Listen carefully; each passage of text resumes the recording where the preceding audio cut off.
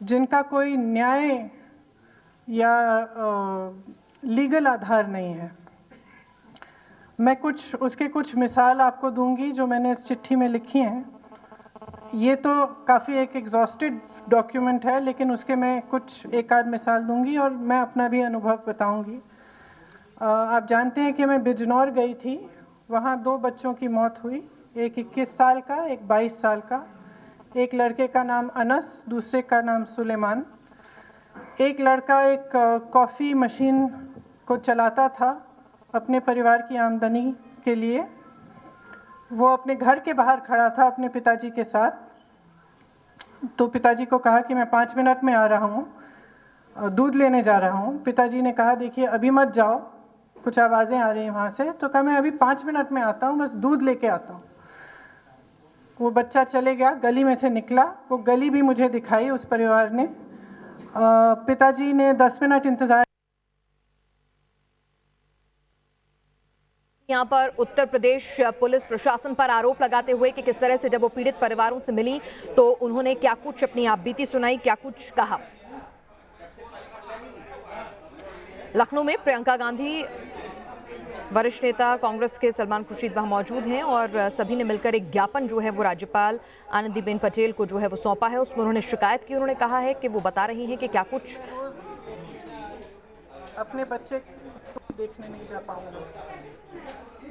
21 साल का सुलेमान यूपीएससी के लिए पढ़ाई कर रहा था, गया। पिताजी ने रोते रोते मुझे कहा कि मैं रोज अपने बच्चे के कब्र को भी देखने नहीं जा पाऊंगा।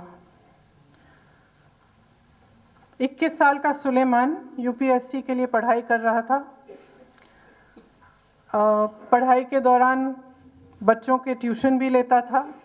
बुखार था, शायद नोएडा में रहता था, बुखार था, घर आया था कुछ दिनों के लिए। शाम को एक लड़के की लाश मिली है, उसको यहाँ छाती में एक गोली लगी थी, गोली आर पार हुई, ऊपर कोई कपड़े नहीं पहना था। इस स्थिति में उसके परिवार को ये लड़का मिला। फिर से पुलिस ने दबाव डाला कि आप एफआईआर दर्ज नहीं करेंगे। शाम के समय, उनके पिताजी बहुत बूढ़े हैं, परिवार में ज़्यादातर महिलाएं हैं। शाम के समय पुलिस आई, उन्होंने परिवार को धमकाया कि किसी भी तरह की कार्रवाई करने की कोशिश करोगे तो ध्यान रखना।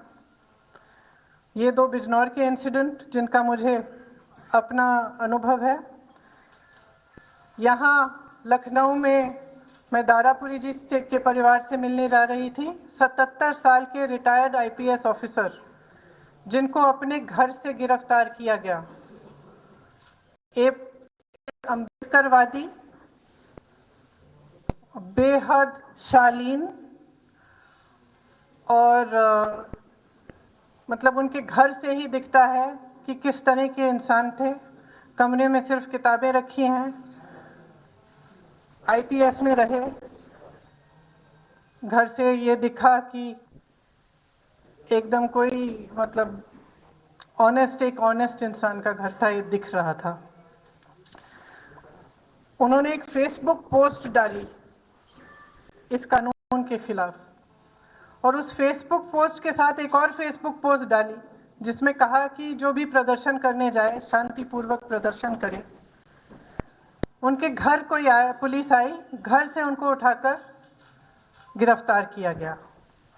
उनकी 75 साल की बीवी बीमार है, पलंग से उठ नहीं सकती, सो रही थी, बहुत घबराहट थी कि क्या होगा। घर से उनको उठाकर गिरफ्तार किया गया। उनकी 75 साल की बीवी बीमार है, पलंग से उठ नहीं सकती, रो रही थी, बहुत घबराहट थी कि क्या होगा, क्योंकि उनको एक ऐसी लिस्ट में डाला गया है जिसमें 48 लोगों के नाम हैं।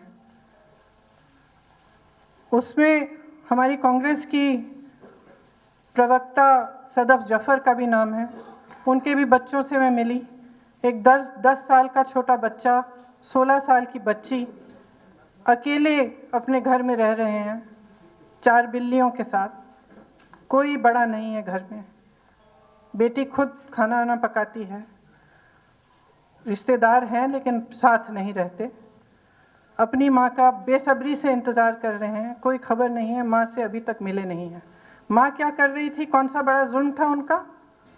सड़क पर खड़ी हुई थी, वीडियो ले रही थी, प्रदर्शन चल रहा था, उस प्रदर्शन का वीडियो ले रही थी, उनका अरेस्ट भी उस वीडियो पे है।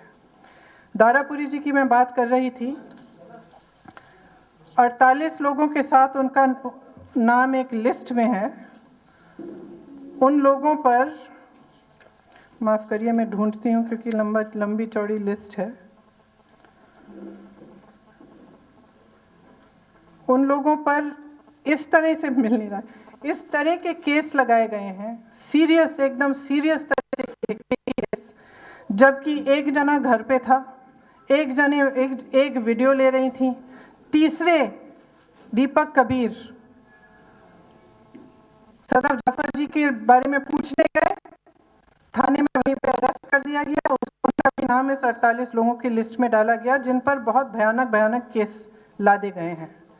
इसी तरह से वाराणसी में कई बच्चे, बनारस हिंदू यूनिवर्सिटी के और दूसरी यूनिवर्सिटियों के भी कई बच्चे प्रदर्शन कर रहे थे, शांतिपूर्वक प्रदर्शन कर रहे थे, कोई हिंसा नहीं, कोई ऐसी बात नहीं, उनको उठा के जेल में डाला गया। उनमें राज अभिषेक सिंह, अनंत शुक्ला, नीरज राय, दिवाकर सिंह, विवेक मिश्रा, रोहन कुमार, चंदन सागर, दीपक सिंह, सारे 24-25 साल के बच्चे। दिवाकर सिंह उम्र 30 साल, पीएचडी कर रहे थे। धनंजय त्रिपाठी 32 साल, पीएचडी कर रहे थे। ये सब बच्चे अपनी एमए परस्यू कर रहे थे। आयुर्वेद रविंद्र भारती 25 साल के। इनके साथ सोशल एक्टिविस्ट एकता और रवि शेखर, जिनका 15 महीने का बच्चा घर पर अभी भी इंतज़ार कर रहा है। ये तो वो केस हैं जिनके बारे में हम सब जानते हैं, जिनका रिकॉर्ड है, जिनके के बारे में मीडिया में लिखा गया है। मीडिया के रिपोर्ट्स और ऑफिशियल रिपोर्ट्स के मुताबिक 5,500 लोग गिरफ्तार हुए हैं, 1100 डिटेन हुए हैं और 1100 लोग गिरफ्तार हुए हैं। ये ऑफिशियल रिपोर्ट्स हैं। अनऑफिशियली ये नंबर डिटेंशंस और जेल का से जेल किए गए हैं, जैसे आपने कहा गुमनाम तरह से, अननेम्ड व्यक्ति हैं, उनको पीटा जा रहा है, मारा जा रहा है। तमाम इसमें ऐसे मिसाल हैं जहाँ जिससे ये दिख रहा है कि मुख्यमंत्री जी ने जो बयान दिया कि वो बदला लेंगे, उस बयान पे प्रशासन और पुलिस कायम है। अब मेरे ख्याल से इतिहास में पहली बार ऐसा हुआ होगा कि एक मुख्यमंत्री ने ऐसा बयान दिया है कि जनता के खिलाफ बदला लिया जाएगा। जो प्रॉपर्टीज कॉन्फिस्केट की गई हैं, जिसका नोटिस मिला है, उनमें दारापुरी जी भी हैं, वही 77 साल के आईपीएस रिटायर्ड ऑफिसर। प्रोबेबली उनके जीवन की पूरी वो कमाई है जिससे उन्होंने वो घर लिया, उस पर भी नोटिस आया है क्योंकि उन्होंने एक फेसबुक पोस्ट डाला। तो हो सकता है कि इस देश के इतिहास में पहली बार एक मुख्यमंत्री ने इस तरह का बयान दिया है। कृष्ण भगवान का देश है, करुणा के प्रतीक थे, भगवान राम करुणा के प्रतीक थे। शिव जी की बारात में सब नाचते हैं। इस देश की आत्मा में हिंसा, बदला, रंज, इन चीजों की जगह नहीं है।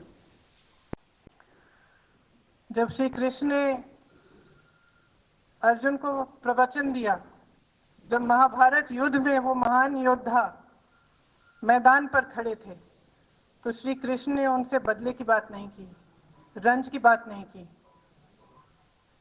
उन्होंने उनमें करुणा और सत्य की भावना उभारी।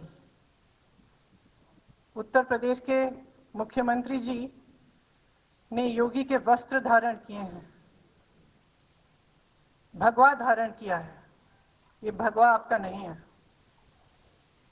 ये भगवा हिंदुस्तान की धार्मिक आध्यात्मिक परंपरा का है, हिंदू धर्म का चिन्ह है। उस धर्म को धारण करिए। उस धर्म में रंज, हिंसा और बदले की भावना की कोई जगह नहीं है, ये कहना चाहती हूं मैं।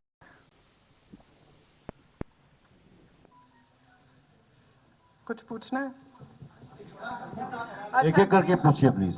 जो मेरी मांगे थी, जो हमारी मांगे हैं, वो भी सुना दीजिए, पढ़नी पड़ेगी, ये कहना चाहती हूं मैं। कुछ पूछना है? एक एक करके पूछिए प्लीज।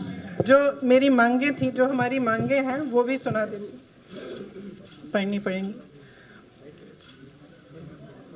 उत्तर प्रदेश सरकार के गृह विभाग और डीजीपी द्वारा तुरंत आदेश जारी करके पुलिस और सरकार द्वारा किए जा रही हिंसात्मक, गैर कानूनी और आपराधिक कार्यवाही का तुरंत रोका जाए। मौजूदा हाई कोर्ट जज या सेवानिवृत्त हाई कोर्ट जज की निगरानी में शांतिपूर्ण ढंग से विरोध प्रदर्शन कर रहे लोगों पर लगाए गए मुकदमों की सत्यता और वैधता तत्काल निष्पक्ष जांच का आदेश दिया जाए। न्यायिक प्रक्रिया पूरी किए बिना संपत्तियों को सील करने, संपत्ति जब्त करने और अन्य दंडात्मक कार्यवाही पर तुरंत रोक लगाई जाए। शांतिपूर्ण ढंग से विरोध प्रदर्शन करने वाले विद्यार्थी जो निर्दोष हैं, उन पर किसी तरह की एकेडमिक और कानूनी कार्रवाई नहीं की जाए। ये हमारी 4 मांगे हैं। अब पूछिए प्लीज, एक एक करके प्लीज। देखिए, राइट साइड मैं जवाब, आप पूछिए ही मत, मैं जवाब दे देती हूँ। मेरी सुरक्षा का सवाल एक बड़ा सवाल नहीं है। मेरी सुरक्षा का सवाल एक बहुत छोटा सवाल है, जिस पे चर्चा करने की जरूरत नहीं है। आज हम प्रदेश की सुरक्षा का सवाल उठा रहे हैं, हम आम जनता की सुरक्षा का सवाल उठा रहे हैं।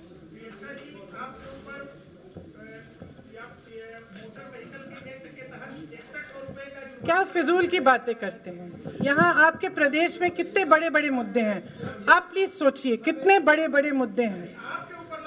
हाँ तो ठीक है, लगा दिया तो लगा दिया, लगाने दीजिए, क्या बात है, कौन सी बड़ी बात है, ये दे दें।